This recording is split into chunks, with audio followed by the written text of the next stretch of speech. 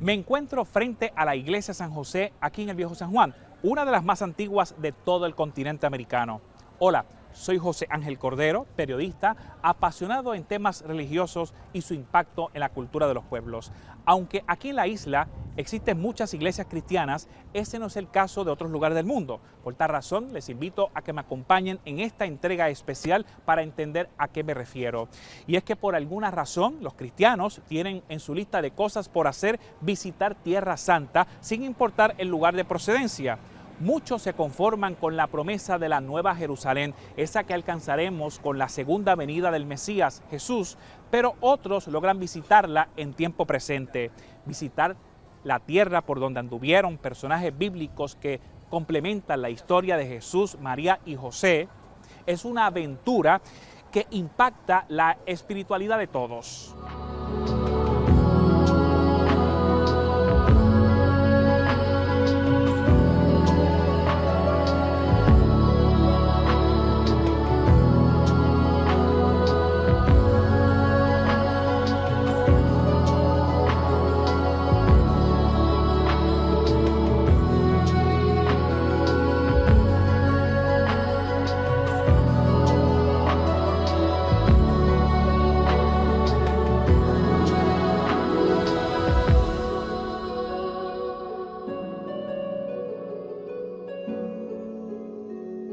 En febrero del año 2022 me presenté a la última reunión del viaje programado de la Academia Espíritu Santo de Levittown, esto en Tuabaja. Allí observé la emoción que tenían los viajeros, todos con una historia de vida y un anhelo en particular por hacer realidad su sueño. La gran mayoría de ellos ya pasaban los 50 años, era uno de los pocos que aún no llegamos al medio siglo. Y llegó el día, partimos a Jerusalén, pero hicimos una parada en Madrid. En medio de la pandemia, algunas reglas evolucionaban minuto a minuto. La tecnología nos traicionaba y todos colaborábamos con los que chocaban con el avance tecnológico para cumplir requisitos de último minuto. Pero salimos airosos. Ya íbamos directo a la tierra prometida, la que Dios le prometió a Abraham, Isaac y Jacob, pero cumplió al dársela a la descendencia de Moisés. Así lo narran las Escrituras en Éxodo 33:1. En horas de la madrugada llegamos a Jerusalén y aunque fueron muchas las horas en avión, apenas comenzaba la travesía. Ya están pisando nuestros pies tus umbrales, Jerusalén. Y ahora de verdad estamos ya entrando a Jerusalén, así que ya cuando escuchen esa canción otra vez, ya van a saber más o menos por dónde y cómo. Sé que ahora casi no se ve porque está oscuro, pero ya están nuestros pies pisando las umbrales de Jerusalén. Solo pasaron unas cuantas horas de descanso cuando ya nos dirigíamos a la ciudad de Belén. Esta ciudad se encuentra en territorio de Palestina. En ella viven cerca de 25,000 cristianos. A las 10 de la mañana, nuestra ruta era la iglesia Santa Catalina. Allí Padre Milton celebró la primera Santa Misa en Tierra Santa. Y por supuesto la alegría de los viajeros era evidente. Comenzaba la travesía por la tierra donde fluye leche y miel.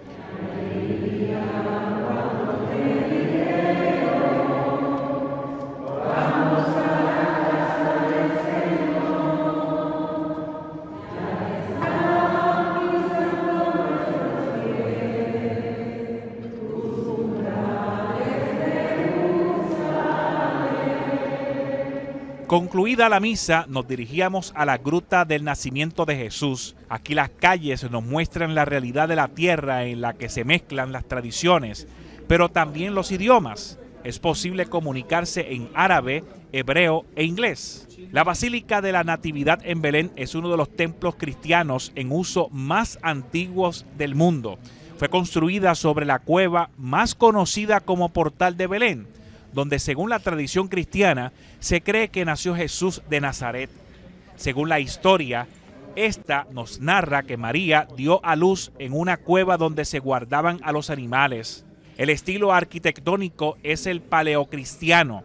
Es un edificio religioso compartido por la Iglesia Ortodoxa, la Iglesia Apostólica Armenia y la Iglesia Católica con derechos menores para los ortodoxos sirios y coptos. La iglesia es cuidada por los franciscanos. Allí presenciamos un momento de mucha espiritualidad.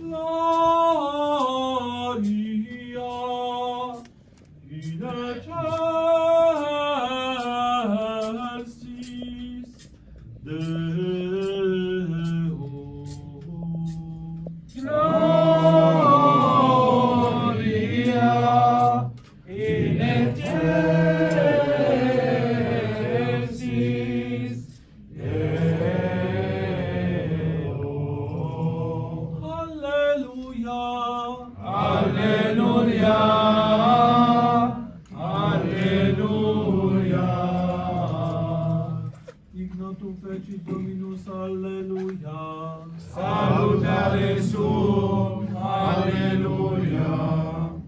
Oremus, presta quesumus omnipotens Deus, ut natus hic salvator mundi sicut divine novi generationis ex autor, vita et immortalitatis et ipse largitor, qui vivit et regnat in saecula saeculorum. Amén. Más tarde visitamos la capilla del Campo de los Pastores, que se encuentra al sureste de Belén, en Cisjordania, Palestina. Tiene relevancia para los católicos, pues allí se conmemora el primer anuncio del nacimiento de Cristo. Su historia se remonta al siglo V, cuando se construyó el primer santuario. Fue edificada cerca de las ruinas del antiguo monasterio en 1953 y decorado con imágenes del anuncio a los pastores y de la infancia de Jesús. En esta ruta visitamos la Gruta de la Leche. Se trata de una capilla en la ciudad de Belén, específicamente en el desierto de Judea. Desde la antigüedad, el lugar ha sido un centro de peregrinación cristiana, propiedad de la Custodia de Tierra Santa, un santuario mariano e iglesia monasterio de la Orden de los Franciscanos. La tradición cristiana afirma que es el lugar donde la Sagrada Familia encontró refugio durante la matanza de los inocentes, antes de que pudieran huir a Egipto. El nombre se deriva de la historia de que una gota de leche de la Virgen María cayó en el suelo de la cueva y cambió su color a blanco. A la verdad que era impresionante este color distintivo.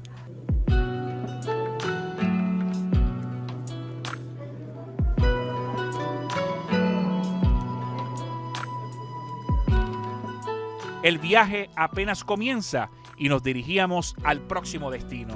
Ahora rumbo al monte de Sión, donde visitamos el cenáculo. Este hace referencia al lugar de Jerusalén donde, según el Nuevo Testamento, Jesús celebró con los apóstoles la última cena antes de morir en la cruz, y lugar donde se produjo la venida del Espíritu Santo en Pentecostés. También es conocido como Aposento Alto. Es aquí donde se encuentra una sinagoga y la tumba de David.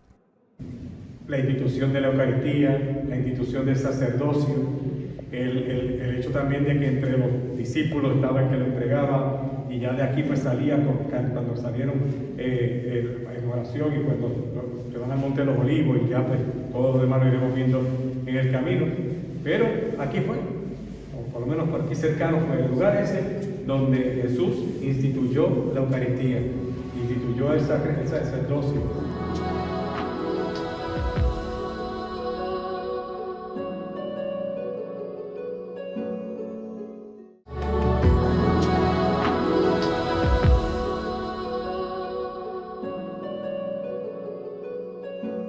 En el segundo día iniciamos la jornada visitando el Monte del Templo o explanada de las mezquitas, sagrado tanto para judíos como para musulmanes, donde se ubican las mezquitas de Al-Aqsa y la Cúpula de la Roca. Posteriormente hicimos una parada obligatoria en el Muro de las Lamentaciones. Se trata de restos del segundo templo de Jerusalén. Es el lugar más sagrado del mundo para los judíos. Está situado en los pies del monte del templo. Es uno de los 4 muros de contención alrededor del monte Moriah, erigidos para ampliar la explanada sobre la cual fueron edificados el primer y el segundo templo de Jerusalén, formando lo que hoy se conoce como la explanada de las mezquitas por la tradición musulmana o explanada del templo por la tradición judeocristiana. El nombre Muro Occidental se refiere no solamente a la pequeña sección de 60 metros de longitud expuesta en el barrio judío, sino a toda la pared de 488 metros, en su mayoría tapada por los edificios del barrio musulmán.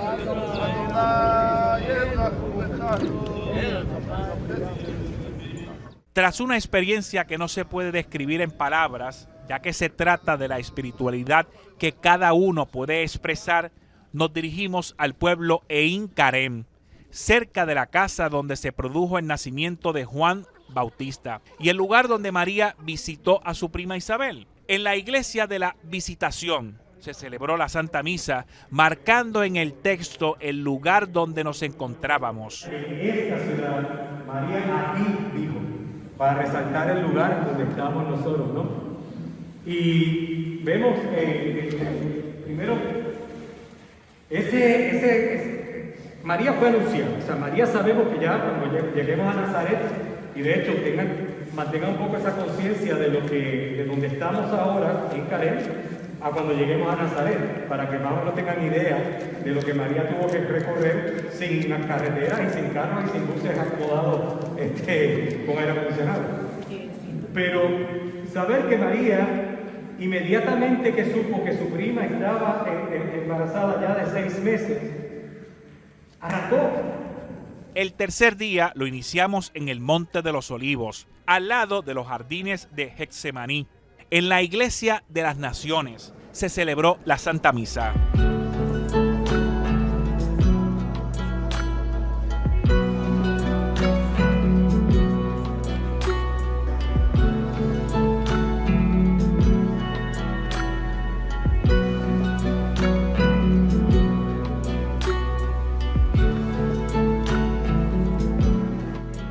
El Señor lo que quiere es que estemos con Él y que reconozcamos ese sacrificio que Él ha hecho. Aquí sudó sangre, aquí lloró, aquí con lágrimas le pedí al Padre, por favor, si es tu voluntad, quita esto de mí. Yo creo que tenemos nosotros que reconocer y tratar de meternos en la cabeza y en el corazón ese sufrimiento de Cristo. Nos encanta vivir y celebrar la resurrección, y sí, tenemos que celebrarla. Cristo vive, eso lo tenemos clarísimo. Pero a veces queremos estar viviendo la resurrección echando a un lado la pasión. Somos una sociedad que nos gusta eliminar dolor, eliminar todo, y no es que no busquemos alivio o ayuda para eso, porque para eso el Señor le da dolores a los médicos, a los psicólogos, a todos para trabajarlo. El que busca dolor por dolor es masoquista. Pero ver también que en ese dolor y a veces en esas situaciones se puede encontrar un valor redentor.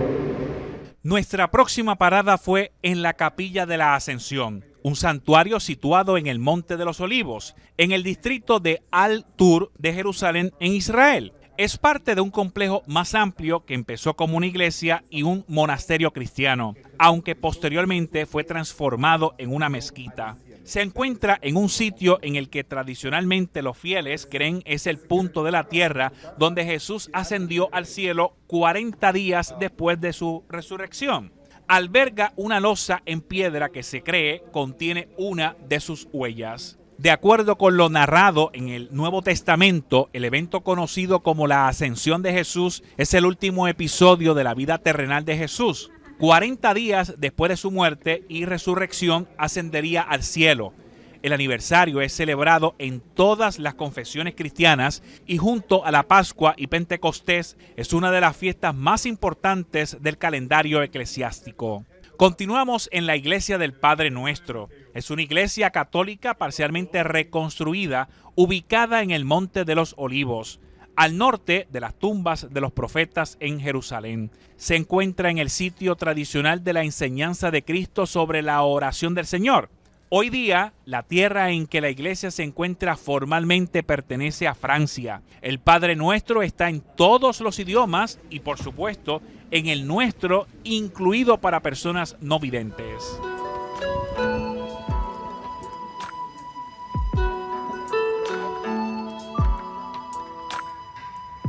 Padre nuestro que estás en el santificado sea tu nombre, venga a nosotros tu reino, hágase tu voluntad en la tierra como en el cielo. Danos hoy nuestro pan de cada día, perdona nuestras ofensas, como también nosotros perdonamos a los que nos ofenden. No nos dejes caer en la tentación y líbranos del mal. Amén. Rumbo a la iglesia Dominus Flevit, una parada panorámica de la ciudad de Jerusalén.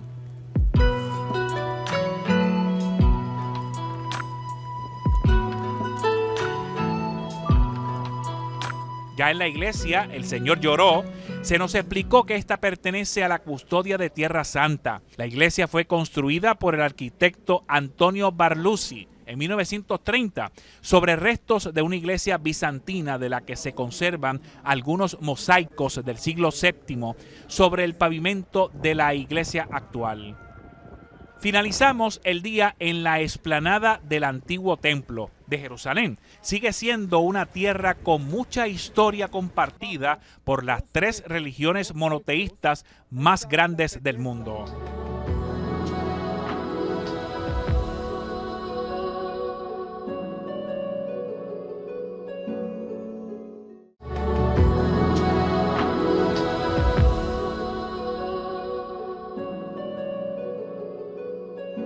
En el cuarto día, nuestro viaje inició en la vieja Jerusalén.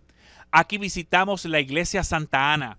Esta se encuentra en los alrededores del estanque de Betesda. Actualmente pertenece al grupo de territorios franceses de Jerusalén, por lo tanto es administrada por el gobierno de ese país a través del llamado Dominio Nacional Francés en Tierra Santa.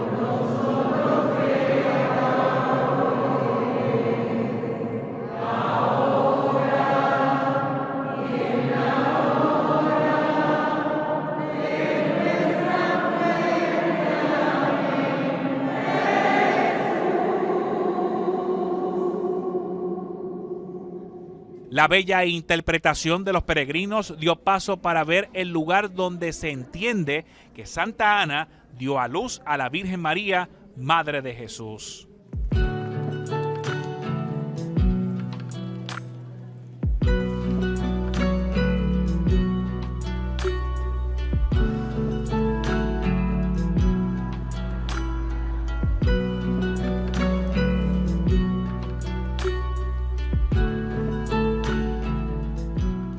El estanque de Betesda es un antiguo conjunto de piscinas situado en Jerusalén, conocido por ser el lugar donde Jesús de Nazaret sanó milagrosamente a un paralítico, según se relata en el Evangelio de Juan. En la actualidad, el sitio se identifica con dos piscinas ubicadas en el barrio musulmán de Jerusalén, cerca de la Puerta de los Leones y de la iglesia de Santa Ana.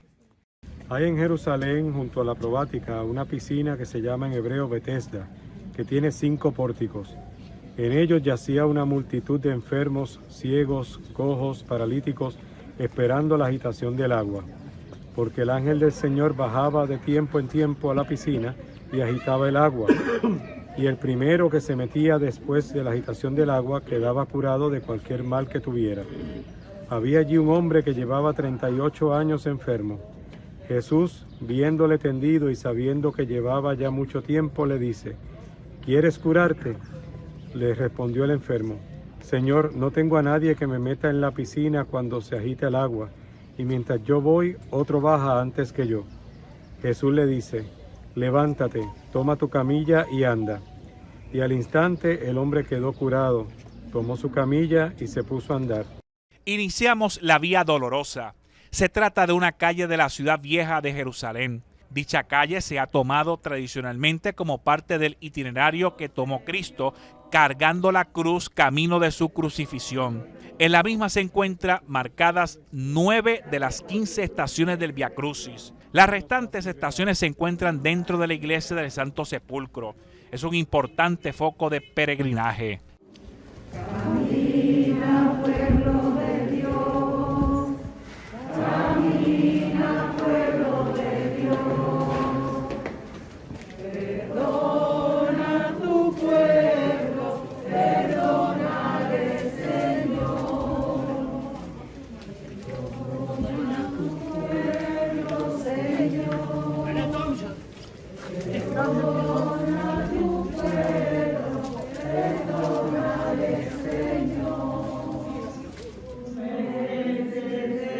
Eternamente honrado, perdónale, Señor.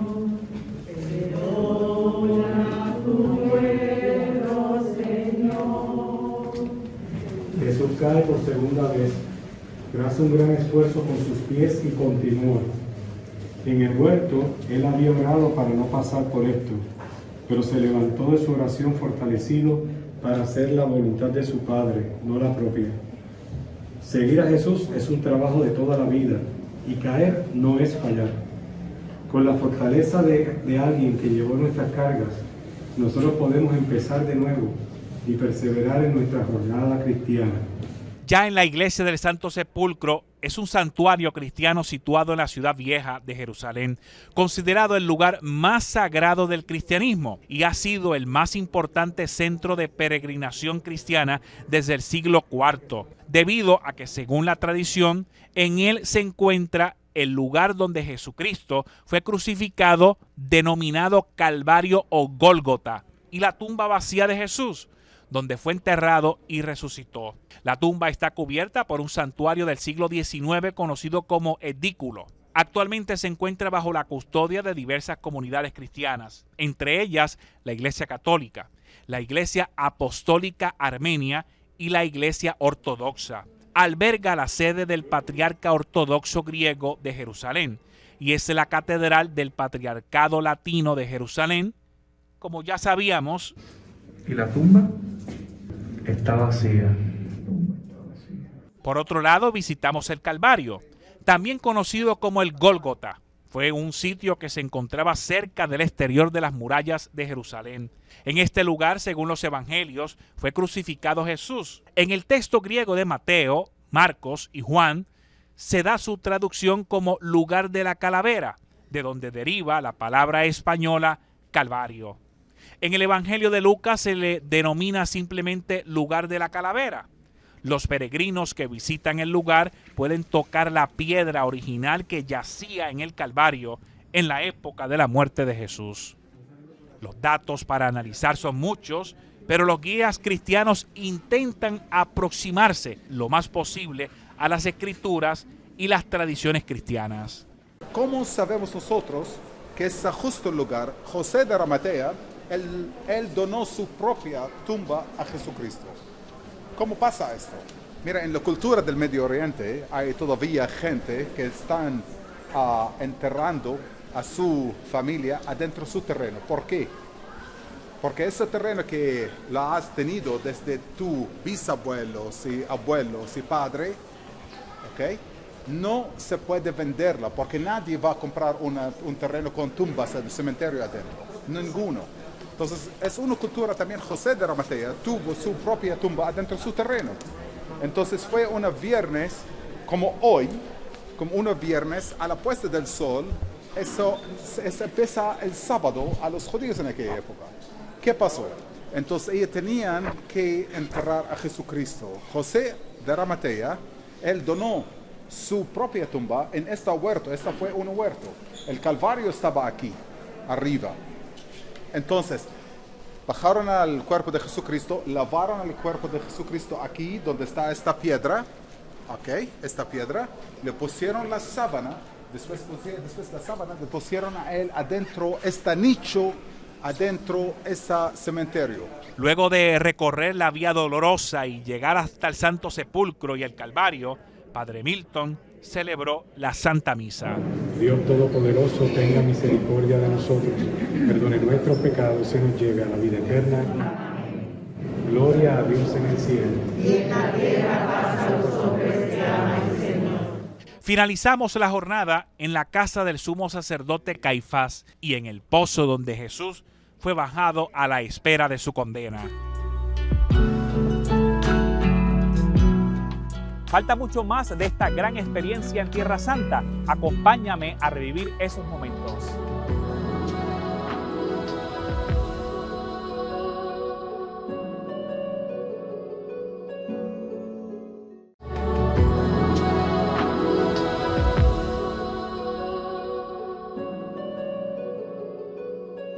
En el quinto día, nuestra jornada inició en la ciudad de Al-Azariyyeh, conocida en la Biblia como Betania.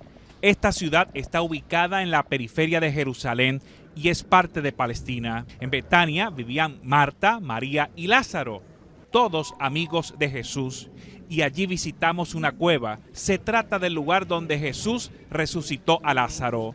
¿Dónde lo han puesto? Le responden, Señor, ven y lo verás. Jesús se echó a llorar. Los judíos entonces decían, mire cómo lo quería. Pero algunos de ellos dijeron, este que abrió los ojos del ciego, ¿no podría haber hecho que éste no muriera? Entonces Jesús se conmovió de nuevo en su interior y fue al sepulcro. Era una cueva y tenía puesta encima una piedra. Dice Jesús, quiten la piedra. Le responde Marta, la hermana del muerto, Señor, ya huele, es el cuarto día. Le dice Jesús, ¿no te he dicho que si crees verás la gloria de Dios? Quitaron pues la piedra. Entonces Jesús levantó los ojos a lo alto y dijo, Padre, te doy gracias por haberme escuchado. Ya sabía yo que tú siempre me escuchas, pero lo he dicho por estos, para que me rodean, para que crean que tú me has enviado. Dicho esto, gritó con fuerte voz, Lázaro, sal fuera. Y salió el muerto, atado de pies y manos, con vendas, y envuelto en el rostro de un sudario. Jesús le dice, desátenlo y déjenlo andar. Por el desierto bajo el sol, no podemos avanzar sin la ayuda del Señor. Juntos como hermanos, miembros de la Iglesia, vamos caminando al encuentro del Señor. Unidos al rezar, unidos en una oración, dirigimos nuestra fe con la ayuda del Señor. Juntos como hermanos, miembros de una iglesia, vamos caminando al encuentro del Señor. Tras concluir la Santa Misa, nos dirigimos al Monte de las Tentaciones. Los viajeros disfrutaron de una vista panorámica. El Monte de la Tentación fue un monte en el desierto de Judea donde Jesús fue tentado por el demonio. Este suceso nos lo narra el Evangelio de Mateo. El lugar exacto del monte es desconocida y es imposible de determinar. En el monte se encuentra el Monasterio de la Tentación, un templo griego ortodoxo. Sobre el monasterio, en la cima del monte, se puede encontrar un muro sobre las ruinas de un fuerte asmoneo. No comió nada en aquellos días y al cabo de ellos sintió hambre. Entonces el diablo le dijo: si eres el Hijo de Dios, di a esta piedra que se convierta en pan. Jesús le respondió: está escrito, no solo de pan vive el hombre. Llevándole a una altura, le mostró en un instante todos los reinos de la tierra. Y le dijo el diablo: te daré todo el poder y la gloria de estos reinos, porque a mí me ha sido entregada y se la doy a quien quiero. Si pues me adoras, toda será tuya. Jesús le respondió: está escrito, adorarás al Señor tu Dios y solo a Él darás culto. Lo llevó a Jerusalén y lo puso sobre el ladero del templo y le dijo: si eres el Hijo de Dios, tírate de aquí abajo, porque está escrito, a tus ángeles te encomendará para que te guarden, y en tus manos te llevarán para que no tropieces tu pie en piedra alguna. Jesús le respondió: está dicho, no tentarás al Señor tu Dios. Acabada toda tentación, el diablo se alejó de él hasta un tiempo oportuno. En el sexto día visitamos Eilat. Esta ciudad es la más meridional de Israel.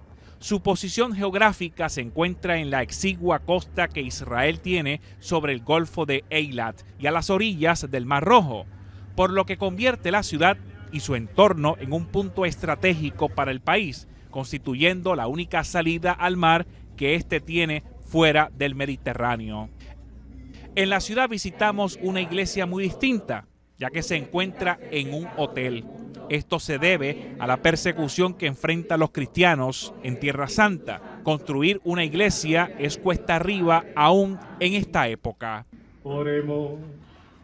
Luego, en el séptimo día, visitamos la fortaleza de Masada, un baluarte de los judíos en su lucha contra la ocupación romana. Masada es un yacimiento arqueológico que comprende los restos de varios palacios y fortificaciones que se localizan en la cumbre de una montaña aislada en la región oriental del desierto de Judea, próxima a la costa sudoccidental del Mar Muerto y dentro de los límites del Consejo Regional de Tamar, en el distrito meridional de Israel. En la actualidad, Masada es un importante destino arqueoturístico, a la vez que posee una gran carga simbólica para el nacionalismo judío, como uno de los postreros episodios de afirmación y resistencia nacional antes de la definitiva diáspora. La fortaleza de Masada y su entorno fueron declarados Parque Nacional de Israel en 1966 y Patrimonio de la Humanidad de la UNESCO desde el año 2001.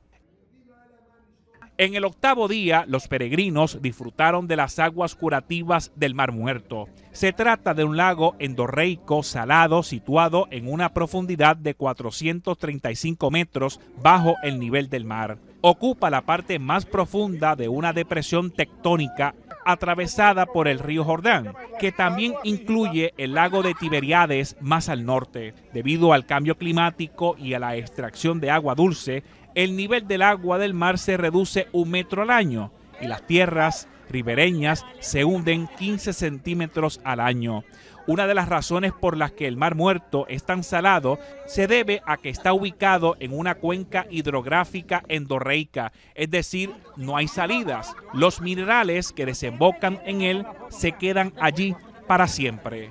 El agua del Mar Muerto tiene una densidad alta, lo que hace que el cuerpo humano pueda flotar sin esfuerzo. Nos encontramos precisamente en el Mar Muerto, una experiencia extraordinaria y por supuesto lo que ocurre es que las personas flotan, no se pueden hundir, aquí no se puede nadar, incluso el tiempo para estar son entre 10 a 15 minutos porque la concentración de sal y otros minerales hace que el cuerpo se deshidrate. Así que ha sido una experiencia extraordinaria, aguas curativas del Mar Muerto. Esperamos que Dios utilice este mecanismo para darle salud a muchos de los peregrinos que la necesitan.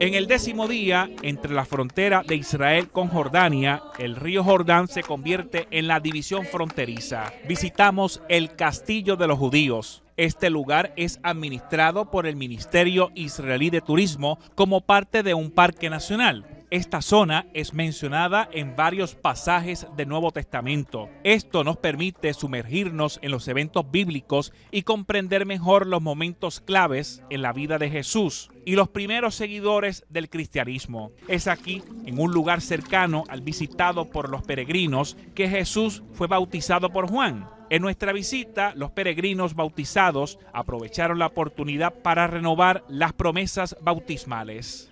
Por aquellos días aparece Juan el Bautista proclamando en el desierto de Judea: conviértanse porque ha llegado el reino de los cielos.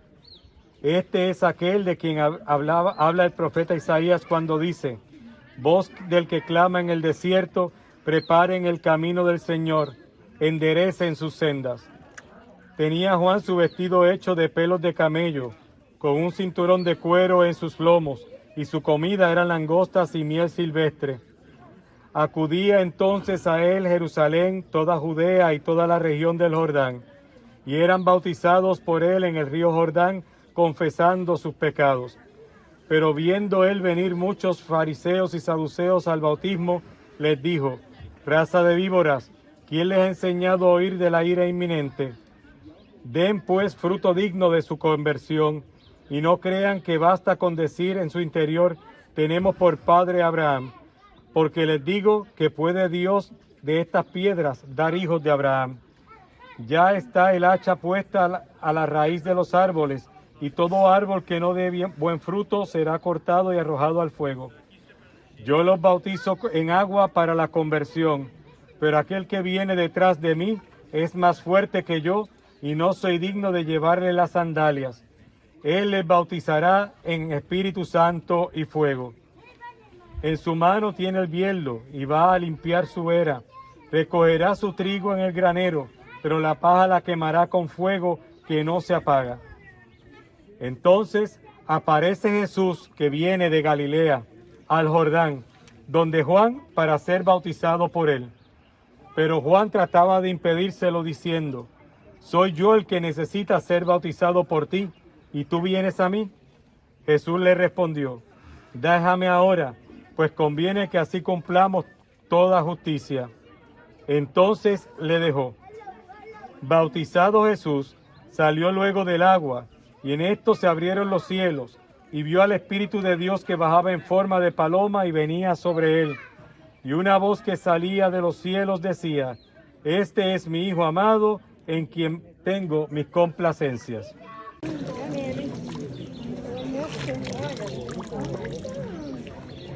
Que el Señor esté con ustedes y con tu espíritu. Y la bendición de Dios Todopoderoso, del Padre, del Hijo y del Espíritu Santo, descienda sobre ustedes y permanezca para siempre. Amén. Más tarde nos dirigimos a Qumran, un sitio arqueológico localizado en Cisjordania, en el norte del Valle del Mar Muerto, y está administrado por el Parque Nacional de Qumran de Israel.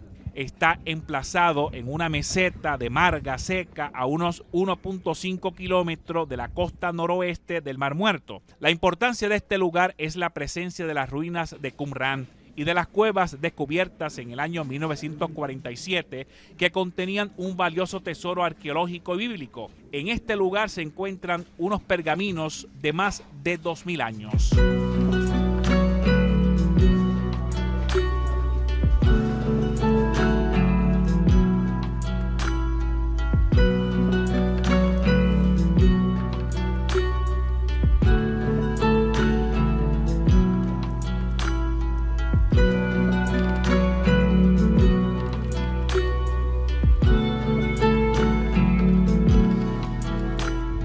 Otra parada fue la iglesia de la multiplicación de los panes y peces, esto en Tabga. Esta iglesia católica, ubicada en la orilla noroeste del mar de Galilea, entre Magdala y Cafarnaúm, en Israel, la iglesia moderna se levanta sobre los restos de una iglesia del siglo IV y una basílica del siglo V. Según relata la Biblia en Marcos, Jesús alimentó a más de 5,000 personas.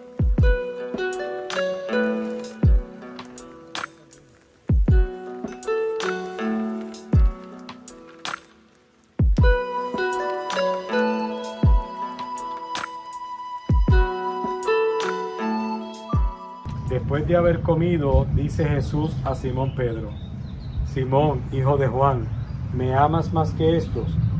Le dice él: sí, Señor, tú sabes que te quiero. Le dice Jesús: apacienta mis corderos. Vuelve a decirle por segunda vez: Simón, hijo de Juan, ¿me amas? Le dice él: sí, Señor, tú sabes que te quiero. Le dice Jesús: apacienta mis ovejas. Le dice por tercera vez: Simón, hijo de Juan, ¿me quieres? Se entristeció Pedro de que le preguntase por tercera vez: ¿me quieres? Y le dijo: Señor, tú lo sabes todo, tú sabes que te quiero. Le dice Jesús: apacienta mis ovejas. En verdad te digo, cuando eras joven, tú mismo te ceñías e ibas a donde querías, pero cuando llegues a viejo, extenderás tus manos y otro te ceñirá y te llevará donde tú no quieras. Con esto indicaba la clase de muerte que iba a glorificar a Dios, con la que iba a glorificar a Dios. Dicho esto, añadió: sígueme. La peregrinación continúa. La próxima parada, el Monte Tabor, situado en el interior de Galilea. Ascendimos hasta su cumbre para visitar la Iglesia de la Transfiguración. La Basílica de la Transfiguración es una iglesia franciscana. Tradicionalmente, los cristianos creen que es el sitio donde la transfiguración de Jesús tuvo lugar, un evento descrito en los evangelios en el que Jesús se transfigura y habla con Moisés y Elías. La iglesia actual parte de un complejo de un monasterio franciscano. Fue terminada en 1924. Fue construida sobre las ruinas de una antigua iglesia bizantina y una iglesia del siglo XII, de la época de las cruzadas. Hay también una iglesia ortodoxa griega situada en el Monte Tabor dedicada a la misma finalidad.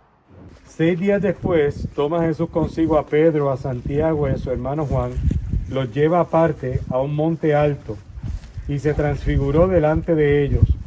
Su rostro se puso brillante como el sol y sus vestidos se volvieron blancos como la luz. En esto se les aparecieron Moisés y Elías, que conversaban con él. Tomando Pedro la palabra, dijo a Jesús: Señor, bueno es estarnos aquí. Si quieres, haré aquí 3 tiendas, una para ti, otra para Moisés y otra para Elías. Todavía estaba hablando cuando una nube luminosa los cubrió con su sombra, y de la nube salió una voz que decía: Este es mi Hijo amado, en quien me complazco, escúchenle. Al oír esto, los discípulos cayeron rostro en tierra, llenos de miedo. Mas Jesús, acercándose a ellos, los tocó y les dijo: Levántense, no tengan miedo. Ellos alzaron sus ojos y ya no vieron a nadie más que a Jesús solo. Y cuando bajaban del monte, Jesús les ordenó: No cuenten a nadie la visión hasta que el Hijo del Hombre haya resucitado de entre los muertos. En la tarde del 11º día, las parejas casadas por la Iglesia Católica renovaron sus votos matrimoniales en la iglesia del primer milagro de Jesús. Fue aquí donde convirtió el agua en vino. Las bodas de Caná es el nombre en el que se suele identificar un relato que tiene lugar al final de la primera semana del ministerio de Jesucristo en el Evangelio de Juan. En ese pasaje se describe el primer milagro realizado por Jesús, el cual tuvo por marco una boda en Caná de Galilea, a la que también asistían su madre y sus discípulos. En un momento dado faltó vino, por lo que María dijo a los sirvientes que hicieran lo que Jesús dijera. Este dispuso que se llenaran de agua 6 tinajas de piedra destinadas a purificaciones, pero al revisar el contenido, el agua se había transformado en vino de gran calidad. Para Juan el Evangelista, esa fue la primera de las señales realizadas por Jesús. Concluimos el día con un paseo en barco por el mar de Galilea y en alta mar se celebró la Santa Misa. Él les dijo: tiren la red a la derecha de la barca y encontrarán. Al otro día, los peregrinos boricuas visitaron la iglesia de la Anunciación, templo católico situado en la ciudad de Nazaret, en el norte de Israel. La iglesia se estableció en el lugar donde, según la tradición católica, la Anunciación tuvo lugar. La tradición ortodoxa griega sostiene que este evento ocurrió cuando María estaba sacando agua de un manantial local en Nazaret y la iglesia ortodoxa griega de la Anunciación se construyó en ese lugar alternativo. La iglesia actual es un edificio de 2 plantas construido sobre el emplazamiento de antigua iglesia bizantina y la posterior de los cruzados. En el interior, la planta baja contiene la Gruta de la Anunciación, considerada por muchos cristianos como los restos de la casa de infancia de la Virgen María. En esta basílica se encuentra una galería con mosaicos que representan algunas de las advocaciones marianas más importantes de diversos países. Al mediodía se reza el Ángelus y logramos presenciar la procesión de los custodios de esta iglesia.